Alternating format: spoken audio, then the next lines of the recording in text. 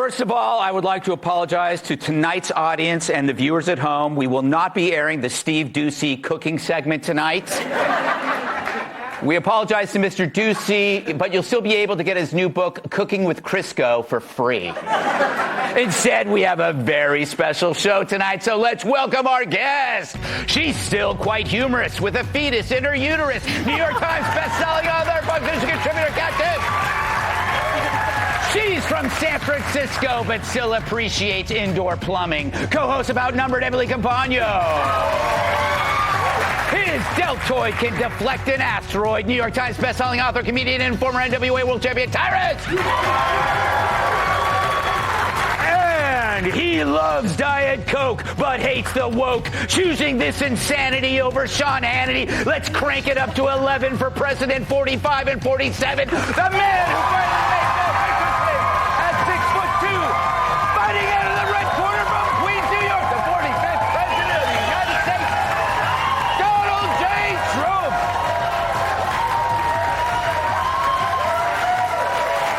There you go. So, Mr. P, how's your golf game? Well, haven't been thinking about it too much lately. I always said golf is a very dangerous game. It really is. It really is, especially if they're playing with you. Yeah, that's true. That's what? That was a mean joke. Pretty sad. Did you? If they had told you that the shooter was there, would you have tried to take him out with your 3-wood? I think so. Yeah. I think so. If I knew. Actually, the Secret Service did a great job. They saw the barrel of a gun, big gun. Yeah. And it came out through bushes. And how many people would see that? First, he really was very exceptional to have done it. And we've been going through a lot of it. We're getting very good at it, but I don't want to say that too loudly because we don't want to bring any jinxes along, Tyrus. Right? But it's at least he could have yelled 4. Yeah. This is not a good thing to have practice at. No. Like, we're getting really good at stopping assassinations of Donald Trump. It's great. But I want to ask you, so Kamala Harris and the president, Joe Biden, if he's still president, we don't know. They called you after you got shot at and to wish you well, to say all these nice things. They did. But they're the same people that moments before say you're a threat to democracy, an existential threat, worse than Hitler.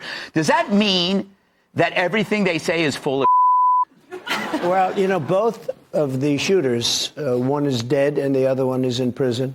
And it was really great work, again, by Secret Service. And a woman who saw somebody running and running for the car because he was caught and the Secret Service agent started shooting at him, didn't do any talking, said just, that's a barrel of a gun, started shooting, which was amazing. That he saw it, and then he started shooting. And so this man is running to the car, and a woman, of course, woman's always a woman, right? We just found out, No, but think about that. How smart. Who would do this?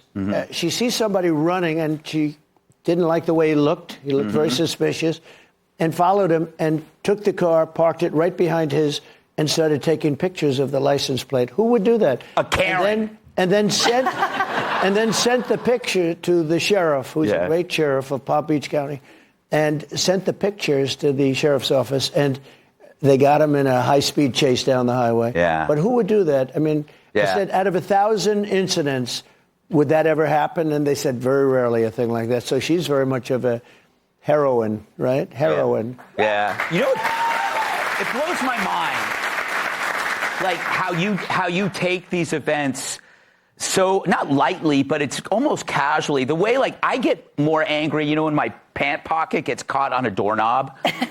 I get angrier about that than you get angry about getting shot at. It doesn't. How do you process that? Well, number one, do I have a choice? Yeah. Right? What am I gonna do? Right? Yeah. Do we have a choice? But it's interesting. I was thinking a lot about it over the last period of time since Butler, and being president is a very dangerous job because with a race car driver, that's a dangerous job. It's like 0.1% die. With a bull rider, I think bull riding looks pretty scary, right? Yeah. It's a little bit more than that die. With a president, what is it, 6% or 7%? It's the most dangerous profession there is. So if you want to be president, I have a lot of friends that wanted to run. They're thinking about maybe not doing it. But here's the only good thing is that it's always a consequential president that gets shot at. And fortunately, so far, I've been very lucky. Or something is greater than all of us. Ooh. Something is up there. Someone is up there, maybe watching over us. I think he's voting for you. Yeah. It's funny. I always thought the most dangerous job was feeding The View. But you bring up God. And you've almost been killed twice. Do you think more about your own mortality and what happens after you move on? Yeah, not about mortality, but I do think more about God because, Butler was really the greatest of all miracles. If I'm not looking over there, and I mean a full turn, exactly 90 degrees, I wouldn't be here right now, and your ratings would be a little bit lower, perhaps. Yeah. We'd have Kilmeade there. We have to tell the story of how we first met. The ratings over. Remember that Yes. 1 week he just played that thing. But I do think about that because the chart. It was basically an immigration chart. We had our lowest numbers that we've ever had in immigration, and I very rarely use it. Maybe 15-20%. It's always on my left, and it's always at the end of a speech. So now I said, bring down the chart right at the very beginning, almost like the first sentence of the speech. Bring down that chart because immigration's such a big thing now with, our country being basically taken over by Venezuela and lots of other people. So I said, bring down the chart. And the chart drops down. And I go, look at those numbers. And I look over to the right and ping. And that was not, I knew something was definitely wrong. And it was a mess. I touched, I said, that's unusual. Remember when you showed it to me? I showed it. Yeah, you showed it to me. You said, I know people aren't going to believe this. So Gutfeld, take a look at my ear. That's right. We met at the convention. Yeah. And I said, who am I going to show it to? We have a lot of guys. They'll say it didn't exist. And I actually did have such confidence in him. And he's really a very special guy, talented guy, good guy, great guy. And I said, if I'm going to show it, let's do it with Gutfeld. Yes. That's amazing. It was amazing. Because it happened right after. Yeah, how did you get him to see the top of your ear? Well, I sat in a low chair. Okay, thank you. But you know what? It was true. And I took the bandages off very carefully. Yeah. And I showed him. He said, "That's nasty." Yes, that was nasty. But I kind of wanted to touch it, but I knew I would have been tackled. And I would have enjoyed it. But it's interesting to see the response to this second attempt. Every time you're under a bigger threat, the media still blames you even more. Yeah. It's almost as though they don't see their own role in this. What do you make? Have you just basically accepted this as a fact? I think so, yeah. Look, the media is extremely dishonest, extremely corrupt, actually. Look at the debate. I walked off, I said, that's debate. They said I'm the GOAT in debates because I had a lot of debates and I became president. And the GOAT means greatest of all time. He's a GOAT. But I said, what a great stage. And I walked off that stage, and I thought I had the best debate. And I was very unfairly treated by the anchor. I'm not fans of those guys anymore. And his hair was better 5 years ago than it is now. Okay? That happens. That happens with the clock. I mean, who among us? That happens with the clock. But, they came at me on everything like crime. Yeah. I said, the crime is rampant. He said, crime is down. I said, crime is down? Who would think it's... Without even knowing... And I was right. The following day, DOJ announced numbers. I don't know who it was in DOJ, but somebody over there likes me. That crime is up 45%, murders up, numbers like you wouldn't even believe. And anybody would know that without even seeing charts. But it turned out to be a false attack. They attacked the bloodbath. That was referring to the auto industry. Right. You know all these things. Yeah. Charlottesville was totally debunked by everybody, including Laura. Laura did a whole show on it, how it's so ridiculous. And even Snopes, which is a left-wing That's right. site. They even said. Yeah. But all of them, and they didn't correct her once, and they corrected me everything I said practically. And I think 9 times or 11 times. And the audience was absolutely, they went crazy. And the real, I walked off, I said, that was a great debate. I loved it. You got a lot of people watch. I guess we had 75 million people watching, something like that. and you have to do well. You can't do badly. For instance, Biden didn't do so well in the previous debate because I had the 2 debates. I had one. We actually had 2 debates. I had one against a man, and then they said, he's not doing well, take him out, put in a new one. And if she doesn't do well, I wonder if they're going to take her out. Just keep putting her. Let's see if we can get it right eventually. No, but a thing like that's never happened before. It's never, it's like a fighter. He knows more about fighting, but I love the fighting. We love Dana White, all those guys. Dana is great. Well, your right? history in boxing is second to none. I'm more Mike Tyson fights than anybody. Yep. Mike is great, and they're all great. And they're, amazing people, really. It's a very hard thing to be a fighter. Number one, you have to be able to take hundreds of shots to the face within a couple of rounds and enjoy going out for the 5th round. Yes. There aren't a lot of guys. A lot of great athletes have tried to be fighters. It doesn't work out so well. Very rarely does it work out. But this was something that was a very special moment. I thought this was a tremendous debate. And when you look at it, it's interesting. Now that they're reviewing it, it was all word salad from her. The first question, I said, what kind of an answer is that? But the fake news said, oh, she did well. No matter what you do, if I were Winston Churchill, he was a great debater, by the way, and an elegant debater, if I were Winston Churchill, they would say, well, he was okay, but he wasn't special tonight. That was the kind of stuff. You were exactly the same as the previous debate. That's what, if you look at it, there was... I think so. Yeah, there was no difference. I actually wanted that attitude. I've had different attitudes, right? Yeah. And you never know about debate. It's a little like Mike Tyson said. He said, everybody has a plan until they get punched in the face. And there's a lot of truth to that, right? No, I mean, you walked in, you caught 3 before you even said hello to you. Well, I mean, I had people telling me that I'm wrong about things where I'm totally right. I was right about just about all of that stuff, that they were correcting me. And I think my only regret is that I wanted to be elegant and I didn't want to go after the anchors. I wish I did, in a way. Yes. Well, that's our job. We took care of them. We got All right, we got to take a quick break, and then we're going to come back with more from the future president, Donald Trump. It's coming your way. Hey, hey, it's video of the day.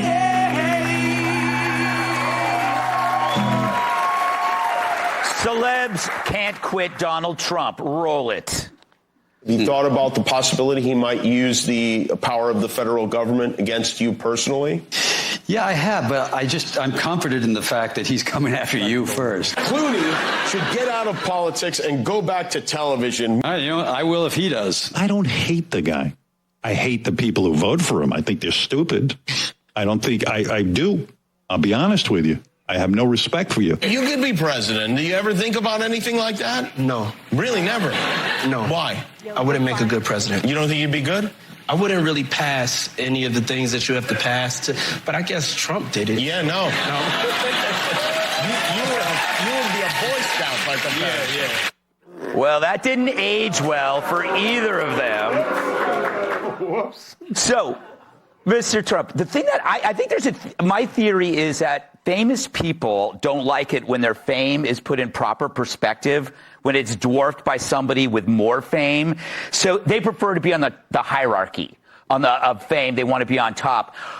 I notice a lot of these guys, it's an emotional response to the fact that you're bigger, more well-known. Does that make sense? Well, I know some of them, and like Howard, I was on Howard Stern's show as much as anybody, and he was great at that time, and then he went woke. Yeah. And since he's gone woke, his ratings have gone down the tubes, and he sort of went anti-Trump for a couple of reasons, but I was on his show a lot. Yeah. In fact, he has a best of. Did you ever see the best of Howard Stern? I don't want to promote it necessarily, but and I was there for just about all of them, the best of. We had good shows. He was good, but he's changed, and he doesn't do the ratings anymore. No, he doesn't. He doesn't have to. He's almost finished. Kat, do you remember Howard Stern? No, but you've been on every show. I mean, you've been on TV a lot. A lot of shows. I mean, would you rule out? I'm not saying now, but would you ever rule out doing reality TV again?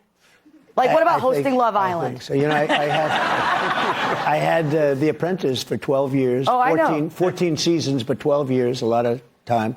They wanted to renew me for 5 years. They were all set to do it, and I didn't want to do it. I wanted to run for president. Mark Burnett, who's a great guy, and, the producer and all, And all of the people from NBC, everybody came up to see me to talk me out of running. They said, it's not possible to win. Nobody's ever done that. I mean, and nobody ever gives up primetime show. It was a big hit. And they wanted to do a 5-year extension. I said, no, that's actually when I knew I was going to do it. And, I mean, I love doing The Apprentice. It was so successful. The big question is, did it make a difference? Would I have been president? You know, a lot of people say they created this guy from The Apprentice. And I don't know if that's true because they chose me because of the, you know, the success. I think it was your chemistry with Bret Michaels. Yeah. Bret Michaels was a character. We had great characters. Yes. And we learned a lot about, I mean, we had Dennis Rodman was great. Oh, he was fantastic. And we had tremendous characters on the show. We had a lot of, I mean, everybody was helped basically by being on The Apprentice. But I just wanted to do it. I saw what was happening with the country. The country was going bad. And now what they've done with the border and the wall and the whole thing, I could have built an extra 200 miles. I built much more than I said I was going to build, and it worked. I had the Mexican government giving us 28,000 troops. We had so many Mexican troops, they had no choice. They had to. Otherwise, I said, I'm going to put tariffs on your cars that you stole from. You know, they stole 32% of our car industry, okay, you know, which is not, we'll get it back. Don't worry about it. But, you know, I really felt I wanted to do it because we can make our country. The Make America Great Again is such a great MAGA, is such a great tag. And I watched Biden where he was very angry at MAGA. He said, we've got to stop MAGA. And I'm saying, it's Make America Great Again. You know, it sort of doesn't work so well, right? Make America Great Again. And that's what we'll do. If you think of it, we have 21, I believe it's 21. They say 16, but what difference? I mean, it's a lot of people, more people than any country could sustain. 21 million people, many come out of jails and prisons, slight difference between one being a little bit more harsh. They come out of mental institutions and insane asylums. They come out of terrorist schools. They come literally out of schools, but they're terrorists. We have people coming from gangs, the worst gangs in the world, MS-13, considered the meanest gang. They cut people up. They don't want to use guns. They attacked 2 young 16-year-old beautiful girls walking to school. They cut them up with a knife. They didn't want to shoot them because it wasn't painful. They both died. And these people are coming out into our country. And now you look at what's happening in, like, Aurora in Colorado. Venezuelan gangs are taking over the real estate. They're becoming real estate developers. And they have... Do they get little cards? They have whatever they want. You know, like a little real estate card? Yeah, yeah. Mr. President. Their little card is a bullet. Yes. Mr. President, can I ask you a question? With talking about the border, not just all the young military-age men that are coming across this country, the fentanyl that's coming across this country. It's terrible. If you were in office, would you consider taking importation of fentanyl as a terrorist act? Because if you count it under terrorism, then our Department of Defense can get involved. We give our law enforcement a break. Correct. Well, and you can even go further than that. Yeah, I mean, you could send pictures of their mansions to certain individuals in Mexico. And by the way, these are really rich people. These are the cartel people. These are really rich. Look, we can play games, and we can be nice, and we can be smart. You're never going to, I set up blue ribbon committees. Friends of mine, could I get on a committee? They didn't know the first thing about it. They don't know about El Chapo. They don't know about, these are very smart, hardened people. And, you know, I'm setting up a blue ribbon committee with socialites from New York and California. It's ridiculous. And they don't even want to talk about it. They talk about it for 2 minutes, then they start talking about society. The only way you're going to stop this is the death penalty for drug dealers. I don't know if this country is ready for it, but if you think about it, each drug dealer on average kills 500 people, on average. He or she, drug dealer, kills 5. I know so many families who have lost a son or a daughter, or parents even, to fentanyl. And I had a deal worked out with China, with President Xi directly, that he was going to give. You know, China has the death penalty. I said to him, do you have a drug problem? When I first met him, he looked at me like, what a stupid question. Exactly. He said, no drug problem. I said, well, what do you do? Death penalty, immediate death penalty. And I said, that sounds... He said, without it, I talked to him a lot about it. He said, without it, you know, China was a drug-loaded country years ago. Other countries, much smaller, would take it over because they were all wasted, drugged out with the opium and the poppy, and they had a big problem. But they execute drug dealers. They have absolutely no drug problem. Singapore has no drug problem. And it's not nice to talk about, but it's the only way you're going to solve the problem. You're never going to have... Now, we got it down to great numbers, the lowest numbers, but the wall helped. A lot of things helped. But in terms of getting a drug-free country, you can't have that unless you have the death penalty for the dealers. All right, we got to take a break. Take it as a maybe on Love Island. All right. Up next, media tools. Think Kamala rules. A story in 5 words. Kamala says some more nonsense. Roll it. Hello to all my divine 9 brothers and sisters. And my sorors.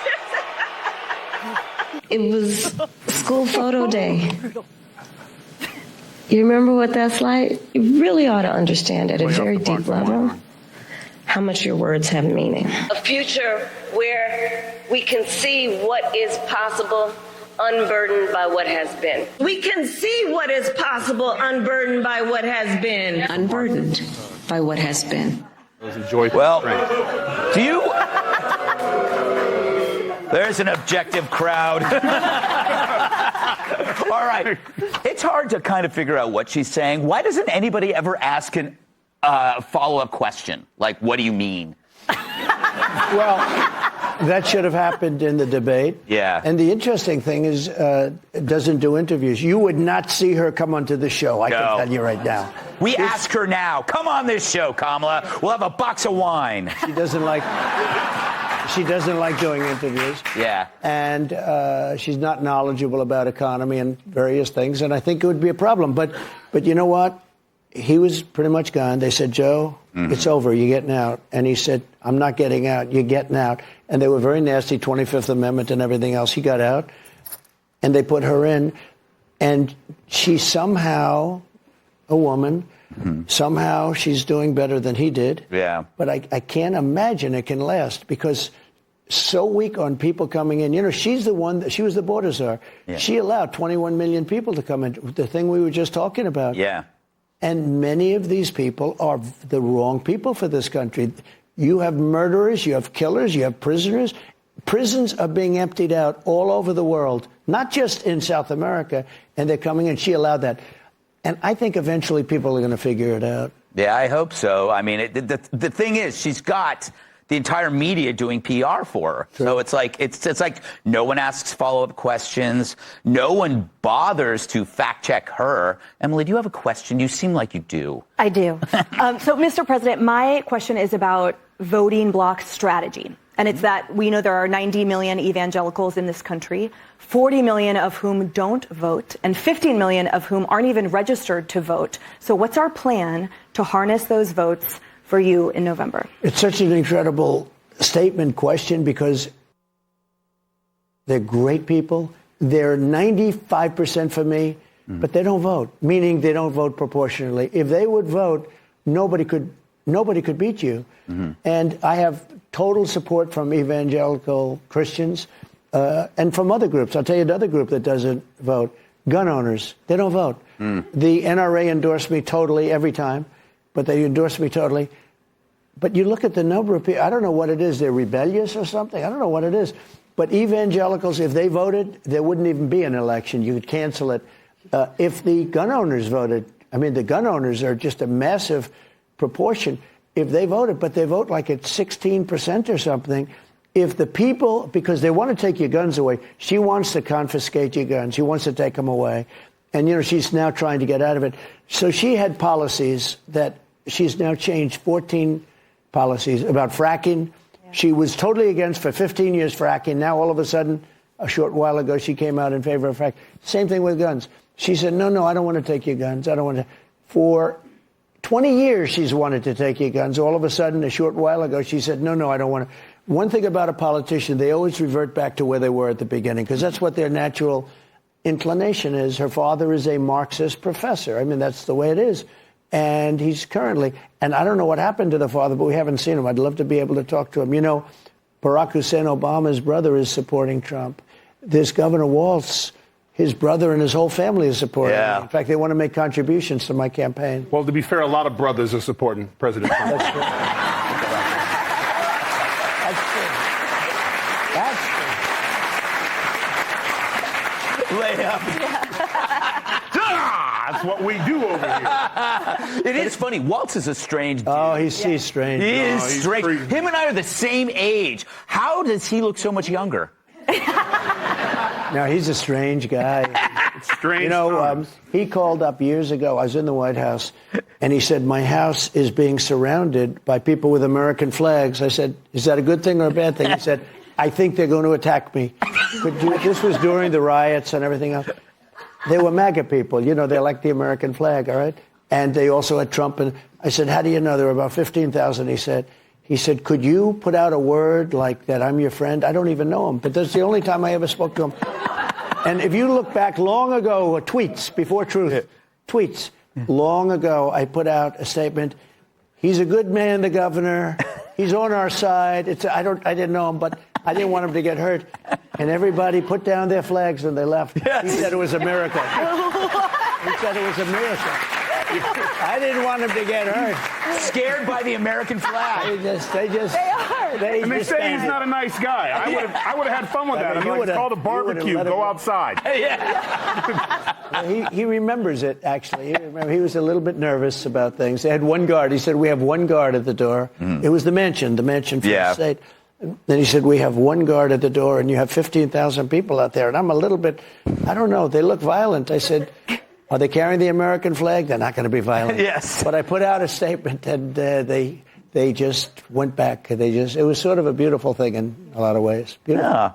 That's a happy ending, and the kind we like. All right, coming up, free thinkers unite to join Trump's fight. We got another clip for you. It's video of the day. Hey, part 2. All right. Okay. Our second video of the day comes to us from RFK Jr. During a recent event while campaigning for President Trump, he was asked what he thought about Trump as a person, and he shared this amazing story. I've known President Trump for many years, and on 2 occasions I sued him. He was trying to build golf courses up in the New York City reservoir watershed, and I sued him successfully to stop that. And at one point, my wife, she wanted to go to Palm Beach for the weekend to see my mom over Easter, and I said, I didn't want to buy tickets for all the kids. And she said, what if I find a free ride? And I said, okay. Then she said, I found a free ride. And I said, who? And she said, Donald Trump. And I said, I'm suing him. And she said, he told me he knows you're suing him, but it's okay anyway. And we ended up flying down with him, and I had a great time. I still sued him, and...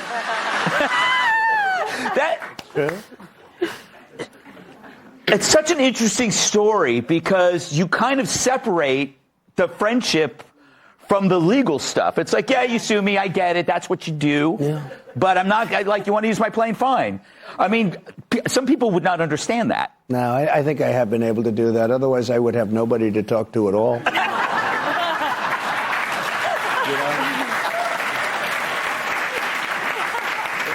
Greg, it was interesting. I endorse people, and my endorsement record is very good.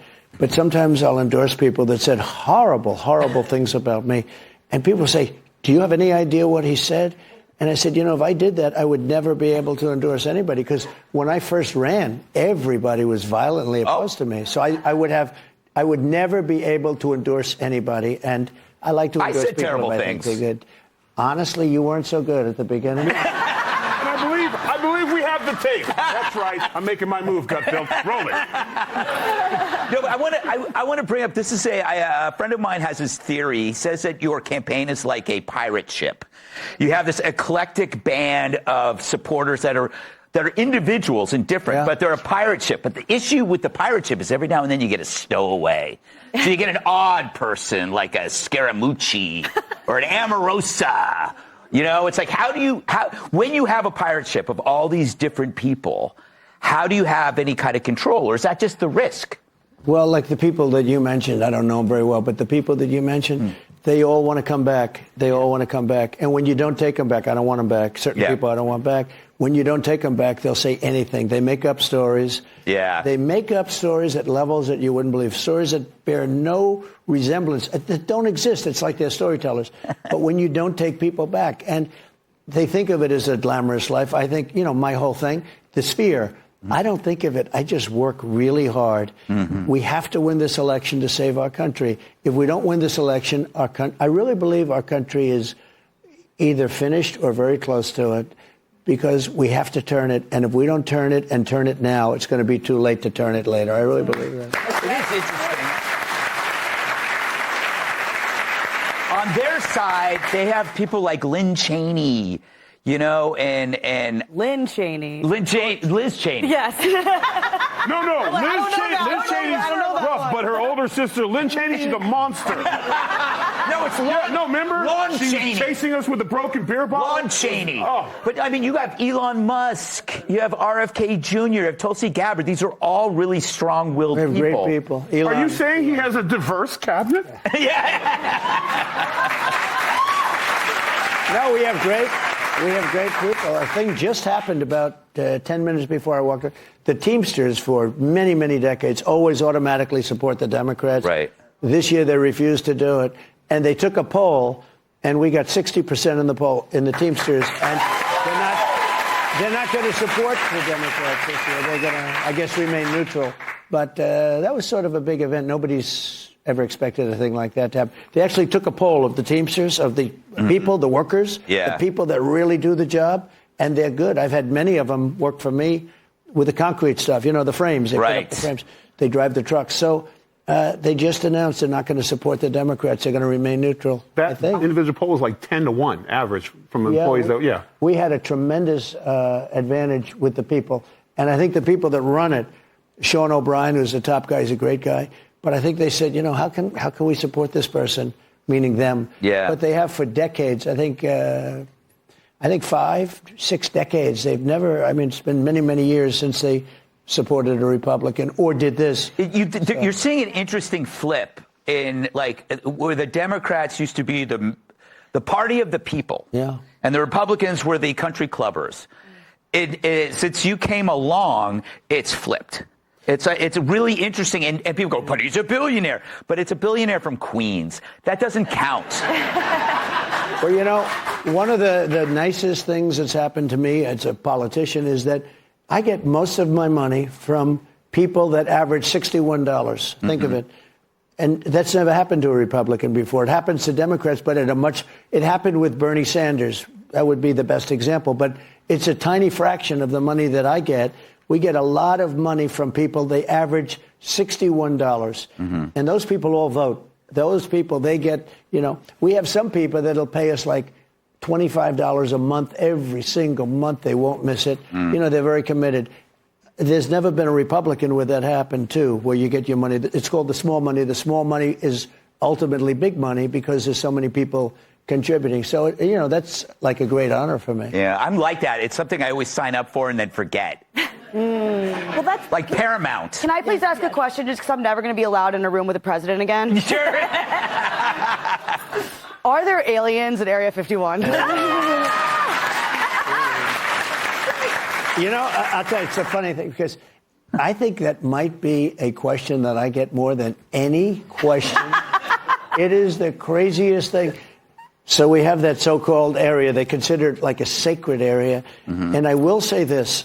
I don't think I'm a believer, but I've interviewed pilots that look, I like Tom Cruise, but better than Tom Cruise. The blonde crew cuts, the whole, and this, yes, sir. And they were in the Oval Office, 3 or 4 pilots. These are not people that make up stories. They said, all I know, sir, is there was a round object that was going 4 times faster than my F-22, which is a very fast plane. And it wasn't, it shouldn't have been. It was round, sir. They have seen, 4 or 5 guys I've interviewed, solid people, great pilots for the U.S. Air Force, etc. They've seen things that they cannot explain. Follow-up So there's question. something. Also a maybe. Follow-up question, Mr. Maybe. President. Follow-up. If in fact there are aliens, would you be willing to put tariffs on them to help us with the economy? They're not just going to fly down in here. We're going to have more fun because we got questions from the audience coming up. We got some questions from the audience. They were just submitted. Evangelina has a good one. What is something people would be surprised to learn about you? Oh, that's a dangerous question. What do we not know I got a about call him? from a couple of people. Could you please be careful in this show? You're going to have a good time. We don't need scandals. We're leading in the polls. We don't need any scandals. So maybe I shouldn't answer that question. How about this? Do you wear pajamas? I don't. Okay. Do you own blue jeans? Do you own blue jeans? He sleeps in the suit. I have a very old pair that I saw. I doubt I fitted it. Because we were talking about this. I've never seen you at the beach. We see Biden all the time at the beach. Do you ever sunbathe? I'll tell you this. I see Biden too. You know, all he had. Somebody told him he looks great at the beach in a bathing suit. And I think it's terrible when you see a president lying on the beach on a Tuesday and a Wednesday, and he's stone cold out. Yes. He's out. Yes. Who can sleep in front of cameras that are rolling? In the heat. Totally. In the heat. You only sleep like 3 hours, right? Well, I don't sleep much.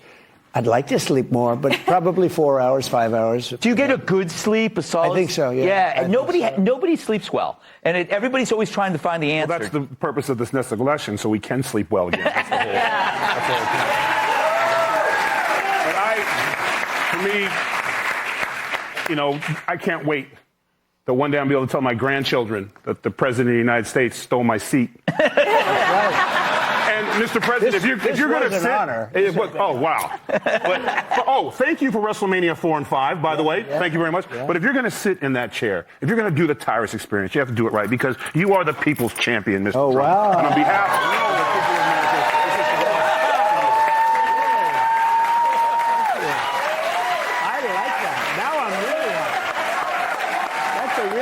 that's a good one. No, that's the man who makes all the professional ones.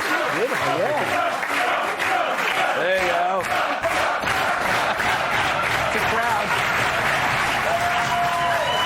No, but this is the real one. This is a real deal. I'm going to give a fake belt to the next president. We're more used to that. That's good. Thank you, Tyrus. You are the people's champion. You're going to have to wear that on the golf course for safety reasons. That's a good idea, actually. Yeah. All right. Well, have you ever been fired, like in a regular job? Well, I went to work for my father out of school, and he was a tough guy, very tough, but he liked the job I did. So I have never experienced being fired. Mm-hmm. Fired a lot of people on The Apprentice, but fired a lot of people. But no, I've never experienced it. I wouldn't like to experience it, actually. Yeah. I was fired 3 times. So far. Not anymore. Yeah.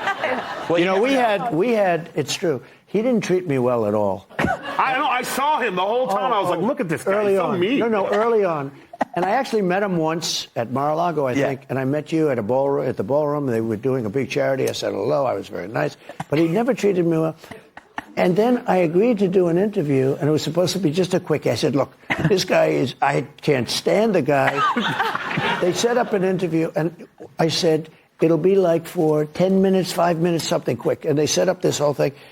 And the interview lasted for 2.5 hours.